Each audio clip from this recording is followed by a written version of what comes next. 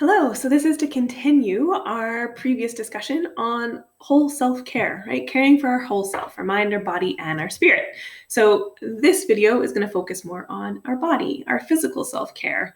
So physical self-care is simply taking part in activities that improve our physical health. And this can be our whole physical health, such as eating nutritious food and taking part in activities that get our body moving, right? So think about, what do you do? What do you eat? Are you fueling your body with things that are healthy, right? It's very difficult, I know. I had Oreos last night, right? There's not always, you're not going to always just be giving it pure goodness of apples and fruits and veggies. But it's just keeping track of that, right? You can easily track what you're consuming, making sure it balances out, that you're also getting healthy food, not just French fries. French fries are tasty and you can have them sometimes, but right? So just monitoring that you're getting water, that you're staying hydrated, that's one thing. And then also exercising, right? Moving your body in some way that's comfortable for you. It can be fun or maybe sometimes not as fun, but just getting active, trying to be active for 30 minutes a day if possible or more. Right? Just getting your heart rate going, moving your body, building those muscles.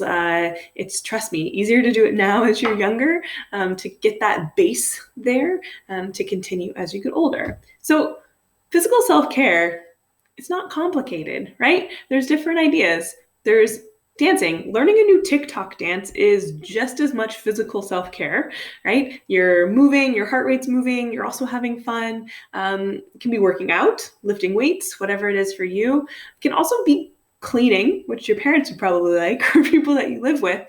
But right, that's also still moving your body. That's also creating a clean space around you. So that's physical self-care as well. Taking a bath, right? Like relaxing your body, relaxing your muscles, reorganizing the space around you is a physical self-care. Playing with your pet, your dog, going for a walk. All of these things can be physical self-care, right? They're all around you. You can really work them into your day. So what we're going to do now is, this is a spiritual, I'm going to move my, there we go. This is a physical self-care kind of checklist. So there's going to be different things here, and I want you to read and check off each statement. In my filing cabinet and also in the link below this video, there is a worksheet, a kind of a checklist for these 4 self-care needs, right? So this is just checking in. It's not graded. You don't have to share your answers with anyone. It's just meant to help you reflect and think about how you can maybe practice self-care in these different ways, okay? So our ways, technical difficulties, there we go. Physical self-care, right? I get enough sleep and rest. Is that true? You can click that box. I find ways to move and stretch my body. I generally eat nourishing food. I drink water throughout the day. I have the energy to do the things I enjoy. And there's also a blank spot for each of these. I encourage you to fill out your own physical self-care, right? It can be unique to you. It doesn't always have to be like what everyone else uses. So this was our physical self-care, and now we're going to go into our emotional self-care. So emotional care is developing an understanding of our feelings and taking steps to care for and honor our emotions. Becoming aware of our emotional triggers, in other words, fully engaging with our emotions and our inner state, creating an emotional care routine can help ground our personal energy. Okay, so caring for our emotions, self-care. My mindful lesson in week 1 was actually on the second one. So if you're doing the mindfulness thing, the second one, if you need a refresher, was just noting our emotions, right? And there's an emotional worksheet to check your emotions every day. Our emotions are beautiful, and they're our bodies and our mind telling us stuff. So we need to listen to them. We don't want them to go away. We want to be aware of them. So emotional self-care is important. And again, it's not complicated.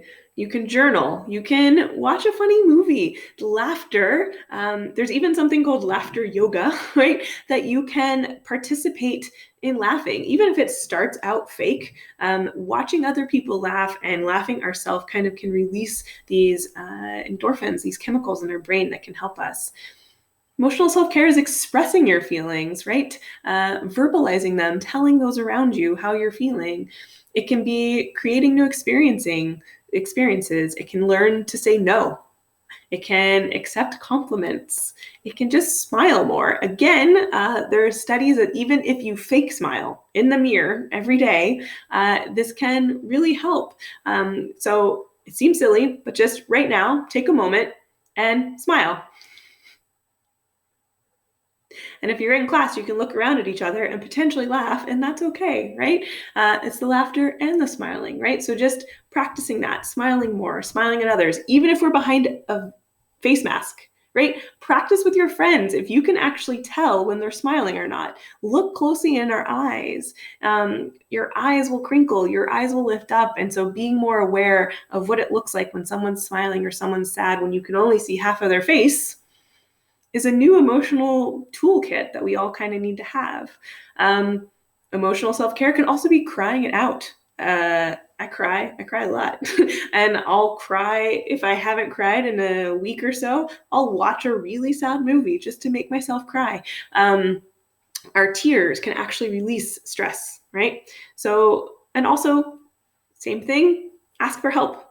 Always ask for help if you need it. Ask your teachers, your family, your guidance counselors, ask those around you. So again, our second checklist today is going to be our emotional self-care checklist. So read and check off each statement. Again, you don't need to share this with anyone. This is just for you. I welcome all of my emotions. I have ways to express or reflect how I'm feeling with talking or journaling, singing, drawing. I'm comfortable crying when I need to. I have tools and strategies to manage my big feelings. I'm able to ask for help when I need it, and then a space to create your own.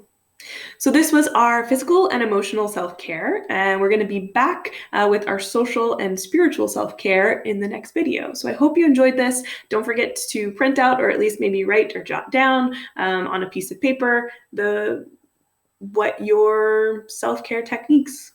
Like, you can score it if you want, but it doesn't really matter. This is just for you to kind of take notice, do an inner reflection, an inner check.